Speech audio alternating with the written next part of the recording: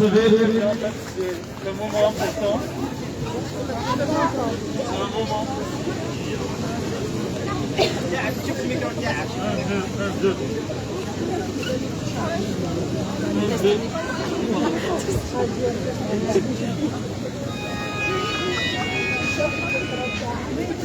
Allez-y, madame.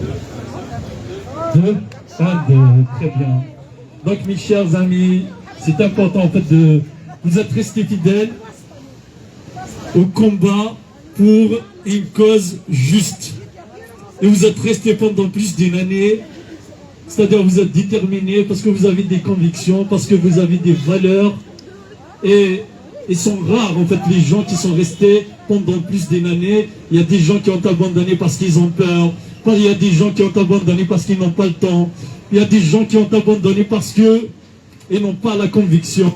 Mais vous êtes restés fidèles à cette lutte. Vous êtes restés déterminés. Vous êtes restés sur le terrain parce que on ne peut pas faire la lutte. On ne peut pas balancer en fait l'injustice si les militants ne resteront pas en fait sur le terrain. C'est votre détermination, c'est votre courage qui a donné justement le courage en fait même aux Palestiniens qui nous contactent en fait de rester vivants, parce que on leur a pas laissé autre chose. Hein. En fait, même la vie, on a essayé de leur enlever cette vie. Donc Netanyahou, le criminel, le sanguinaire, qui a assassiné des enfants, des personnes à mobilité réduite, des personnes âgées, des femmes. On ne peut pas pardonner ça. En fait, c'est un crime abominable et c'est un génocide. Même si les médias essaient partout de le cacher. C'est un génocide et tous les citoyens du monde, parce que nous sommes des humanistes, on ne fait pas la différence entre X ou Y. Donc on est des humanistes. À chaque fois que quelqu'un tombe, à chaque fois qu'un humain tombe, nous, on dénoncera ça, quelle que soit sa nationalité, quelle que soit sa région, quelle que soit... Et c'est ça la différence. Et c'est ça la différence avec les gens qui aujourd'hui, quand il s'agit de certains, ils dénoncent. Ça dépend de leurs intérêts. Et même ça dépend, quelquefois, en fait, de calendrier électoral. Comme Macron, hein. Macron, vous savez, au début, il fermait les yeux parce que lui, vous savez, il est accroché partout. En fait, les oligarques et la finance broyeuse qui l'empêchent en fait de parler. Il ne peut pas. Il n'a pas le courage. En fait, il est accroché de partout et ne peut pas dénoncer. Donc il est toujours là pour jouer en fait en même temps, mais dans ce genre de situation. Quand il y a un génocide, quand il y a des assassinats, quand il y a en fait des vies qui sont broyées, quand les hôpitaux sont détruits, quand même la vie, on n'aura pas laissé en fait la possibilité de vivre dans la dignité.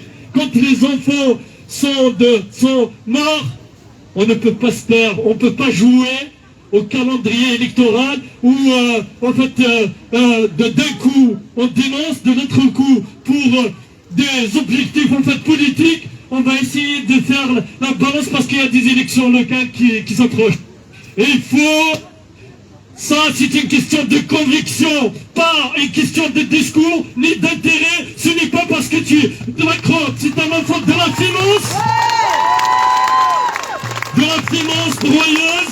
Il s'adapte selon les intérêts et selon la situation. Et c'est bien ça la différence entre vous militants qui sont restés sur le terrain, qui sont restés mobilisés, qui sont restés fidèles à une cause juste.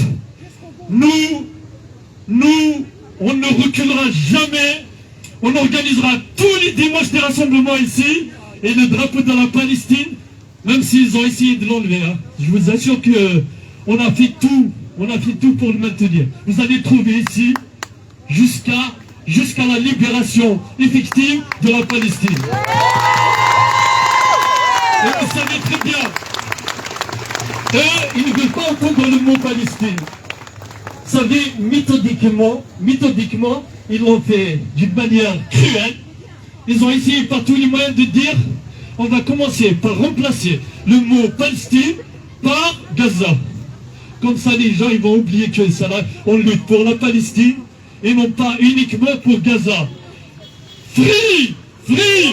Palestine! Free! Free! Palestine! Free! Free! Palestine! Free! Free! Palestine! Free!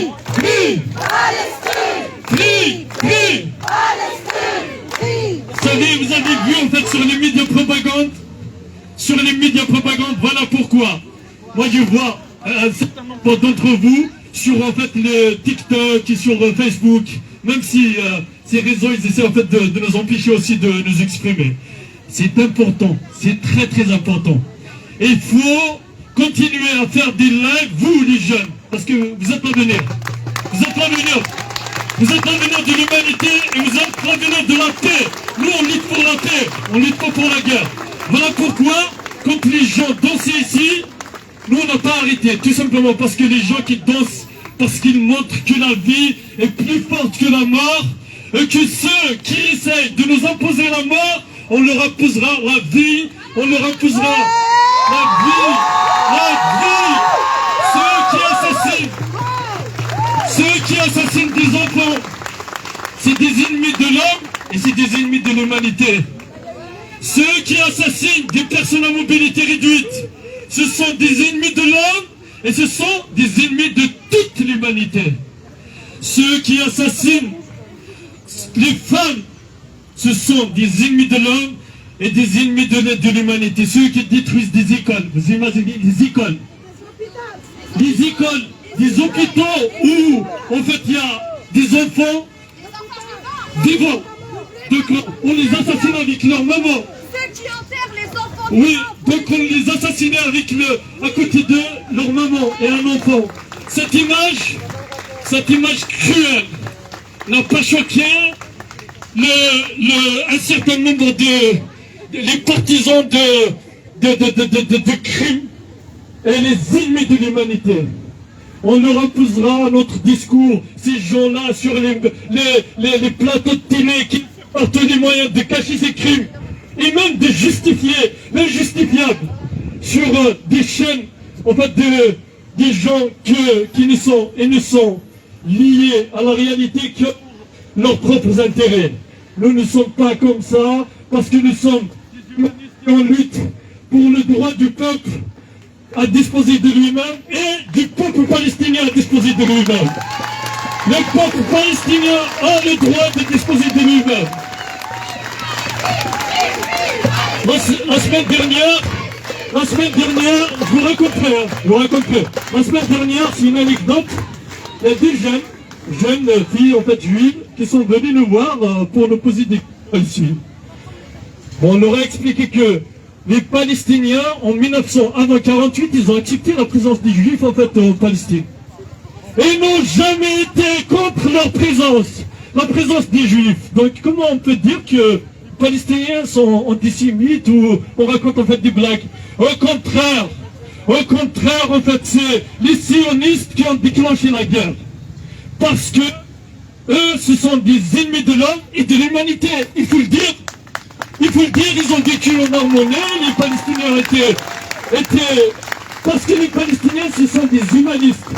Ils ont accepté en fait de vivre ensemble sans problème. Donc, ils ne peuvent pas nous raconter aujourd'hui d'autres discours, en fait, pour chanter, en fait, nous chanter tout et n'importe quoi, pour essayer de nous convaincre qu'il y a, en fait, une raison qu'ils essaient d'inventer, de diffuser partout pour justifier des crimes abominables. jamais ils n'arriveront à justifier ça, ni eux, ni les médias de propagande qui sont le soutien et sont aussi responsables que l'armée de Sahel et Netanyahou, le criminel. Ils sont responsables. Parce que quand on tient des discours pour justifier un crime, on est des criminels. Et ce sont des criminels. Celui qui va justifier un crime, qui essaie de le cacher, qui essaie de le justifier par tous les moyens possibles et imaginables, par la propagande, par tous les moyens, est un criminel. Est un criminel. Donc aujourd'hui, ils ne pourront pas nous raconter ou nous dire que nous avons voilà, ils essaient en fait de fabriquer en fait toutes sortes de discours qui sont faux, hein, qui sont faux. Donc, c'est à vous d'imposer votre discours, parce qu'on est sur une voie juste, parce qu'on défend une cause juste, notre victoire est la victoire du peuple palestinien contre les injustices, contre la tyrannie, contre les crimes. C'est une question de temps. Donc, comme nous, je vous dirai un truc, comme nous, s'il vous plaît, une minute, comme nous, on est des militants démocrates aussi, comme cette agora, on l'appelle l'agora du peuple. Tous les citoyens, quels que soient en fait, les citoyens respectueux en fait, bien sûr, ont le droit de prendre la parole. Je commencerai par, il s'appelle comment, Karima. Bonjour à tous, c'est la première fois que je viens faire une manifestation. Aujourd'hui, on est là pour dénoncer le génocide. Les enfants, les femmes qui sont tuées, enterrés vivants. Alors oui, on prend de la paix, mais on est là pour défendre l'humanité, les Gazaouis, les Palestiniens et tous les peuples opprimés. Vive Palestine! Vive la Palestine! Et la Palestine, il vaincra. Une petite pensée au Congo et à la RDC et à tous les opprimés du monde entier. Et au Yémen, le Liban aussi, et le Yémen et les Gazaouis et le Soudan. Donc je donnerai la parole à Berhman. Donc selon... Non, c'est à vous de le dire. Bonjour à tous. Je ne sais pas si vous êtes au courant qu'il y a une grande marche qui se prépare pour 35 pays. C'est marche-to-gaza.net. Donc pour les personnes il y a déjà énormément de personnes qui se sont... Oui, c'est Sarah. Il y a énormément de personnes qui se sont inscrites. Le but, c'est une marche pacifiste. Il y a 32 pays qui rejoignent la marche. Donc toutes les personnes prendront en charge leur billet d'avion. Donc le rendez-vous, c'est le 12 au Caire.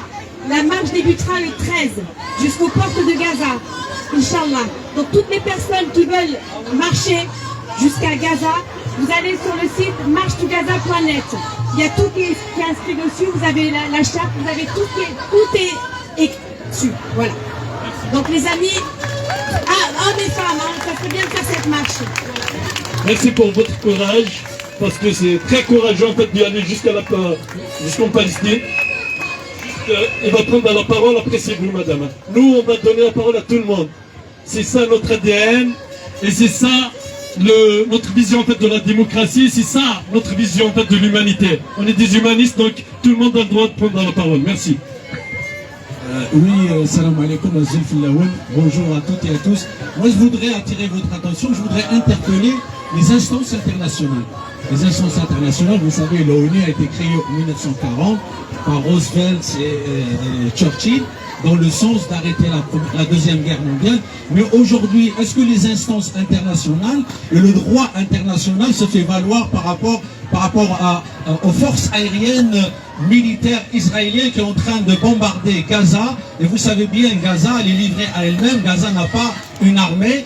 Et étant donné qu'il y a une loi qui a été votée juste après la Deuxième Guerre mondiale, ce qu'on appelle la loi de la guerre, il est strictement interdit par les militaires de s'attaquer aux infrastructures où ils sont abrités les civils, ou sinon les hôpitaux, les écoles et tout ce qui s'ensuit. Et aujourd'hui, hélas, on se retrouve avec 40 000 enfants, et parmi les enfants, il y a au moins 20 000 bébés qui sont assassinés, où on peut...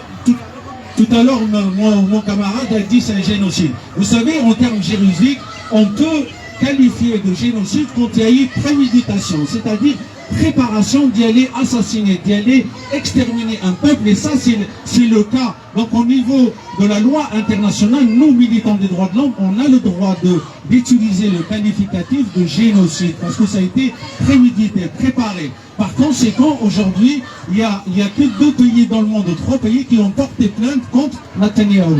Il y a bien évidemment les avocats français, où il y a Gilles Devers. Il est c'est lui qui a organisé, c'est lui qui a déposé plainte. Il est décédé novembre 2024. Il y a 100 avocats.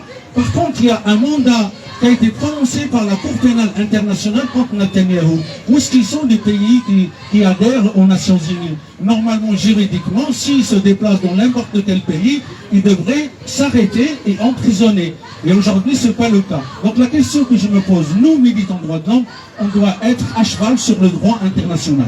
On interpelle nos élus, on interpelle nos députés, on interpelle les journalistes en France. Pourquoi les journalistes aujourd'hui traitent l'information à géométrie variable? Qu'est-ce qui se passe aujourd'hui en France? Et pourtant, la France, on appelle le pays des droits de l'homme. Vous savez, la déclaration des droits de l'homme a été votée ici en France durant la Révolution française, 1789.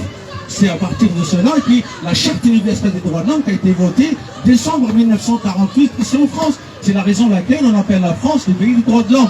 Mais où est-ce qu'ils sont ces journalistes-là?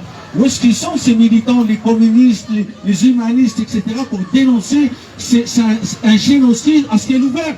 Devant 192 pays ou 200 pays dans le monde, personne ne peut bouger le petit doigt. Et alors, quand on va chez les pays arabes, est-ce qu'aujourd'hui les pays arabes, ils ont bougé le petit doigt? Est-ce qu'il y a un pays arabe qui a déposé plainte? Ou les avocats? Où est-ce qu'ils sont ces avocats? Soit de l'Afrique du Nord ou l'Afrique. Il n'y a qu'un pays, je pense, l'Afrique du Sud et le Mozambique qui ont déposé plainte contre ce pays. Mais où est-ce qu'ils sont ces Arabes qui nous bassinent avec les droits humains, avec l'islam, au nom de l'islam, au nom de tout ceci? Où est-ce qu'ils sont ces musulmans? Surtout, en particulier la Ligue arabe. La Ligue arabe, où est-ce qu'elle est? Donc, à partir d'aujourd'hui, mesdames et messieurs, si j'ai un conseil à vous donner, faites très attention au droit international, parce que le droit international, il est traité à géométrie variable.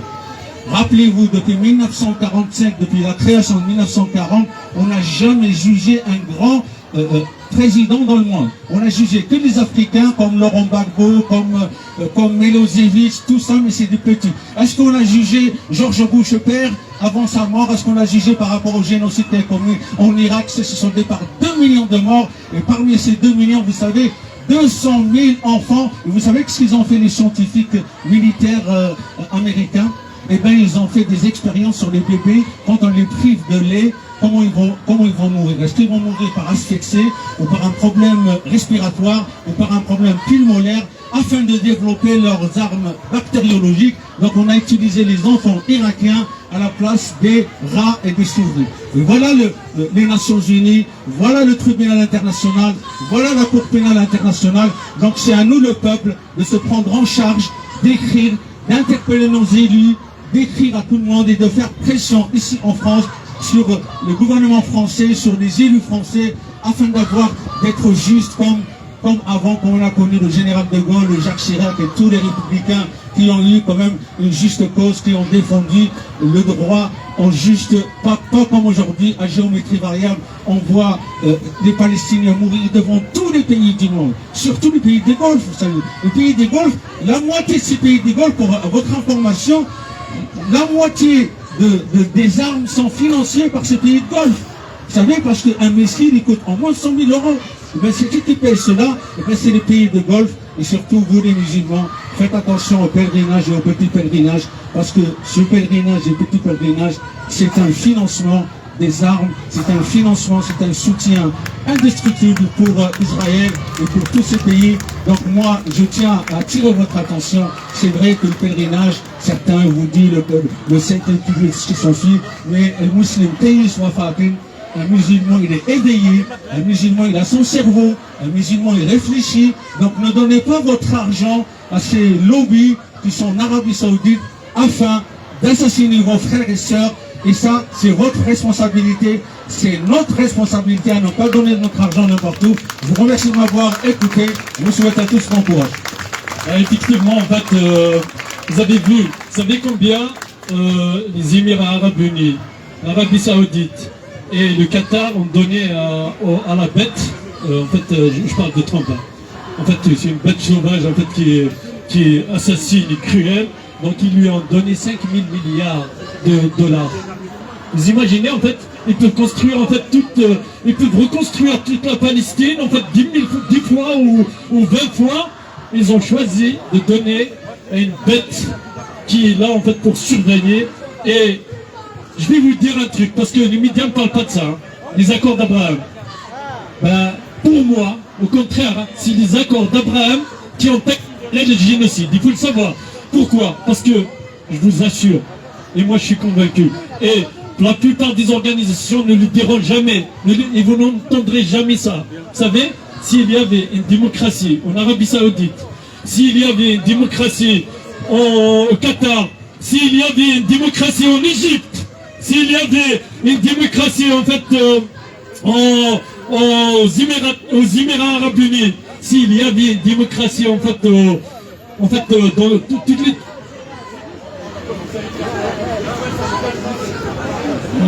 En Syrie aussi, hein, s'il y avait une vraie démocratie, jamais Netanyahou n'osera toucher la Palestine. Jamais. Voilà pourquoi il y a une chose qui est très très importante, parce qu'il faut comprendre une chose. Les peuples ne trahissent pas. Tous les peuples, en Arabie Saoudite, au Qatar et dans tous les pays, en Jordanie, soutiennent en fait la cause palestinienne. Par contre, les prédateurs, comme Ben Salman, au nom de qui ce sinistre personnage, il donne de l'argent du peuple saoudien, en fait, au criminel Trump. Au nom de qui?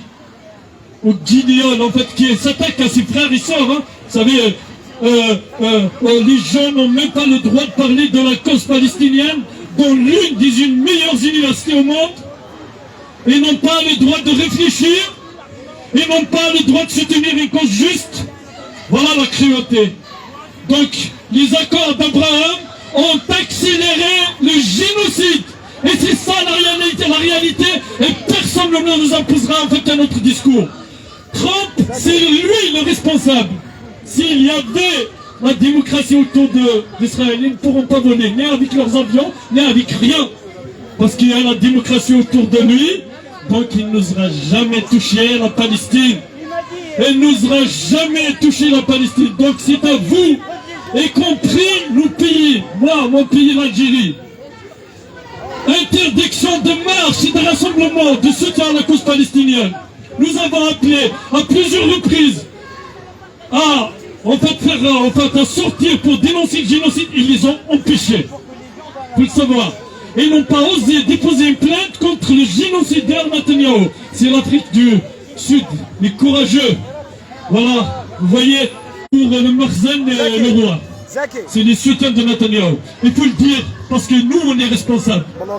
On est responsables parce qu'on ne lutte pas pour la démocratie et les droits de l'homme et pour changer les régimes qui ont trahi. Voilà, là, donc, comme je vous ai dit tout à l'heure, on